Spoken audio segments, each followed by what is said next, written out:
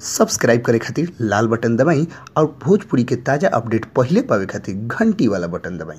छपरा जिला भोजपुरी पर लोग के बहुत बहुत स्वागत बा। जी हाँ, लोग बता दी कि पवन सिंह के शादी के सालगिरह आज मन रहल बटे। जी हाँ, लोग सोचत होंगे शादी कैसन शादी, केकरा से शादी, तो लोग बता दी कि पिछला साल एगो फोटो बहुत तेजी से वायरल भई रहे, जौन की अभी लोग के स्क्रीन पर चल रहा बटे। लोग देख सकतनी कि पवन सिंह और अक्षरा सिंह की शूटिंग वाला जौन फोटो रहे, लोग ओकरा के अफवाह में शादी के फोटो बता के खूब लोग दर्शक लोग एक जम के तारीफ कई। लोग बहुत लोग समझल ऐसा ना फोटो रहे कि केहू देखी तो समझी 2 मिनट खातिर कि शादी हटे। तो लोग बता दी कि उस चीज के आज सालगिरह मने जा रहा बटे कि जब उनकर फिल्म, जब उनकर एल्बम के शूट होत रहे देवी गीत के, तो वो घड़ी अक्षरा सिंह के लुक जौन रहे सामने आई रहे और पवन सिंह के साथे जौन की बहुत ही सुपर डुपर हिट रहे, जौन की गाना ललकी चुनरिया ओढ़ के में ये लोग कैले रहे लोग एक्टिंग, तब बिल्कुल देखला से साथे लागत हटे कि एकदम शादी के जोड़ा में एकदम अक्षरा सिंह दिखाई दे रहा बड़ी और पवन सिंह भी बहुत ही अच्छा तरीका से दिखाई दे रहा बड़न।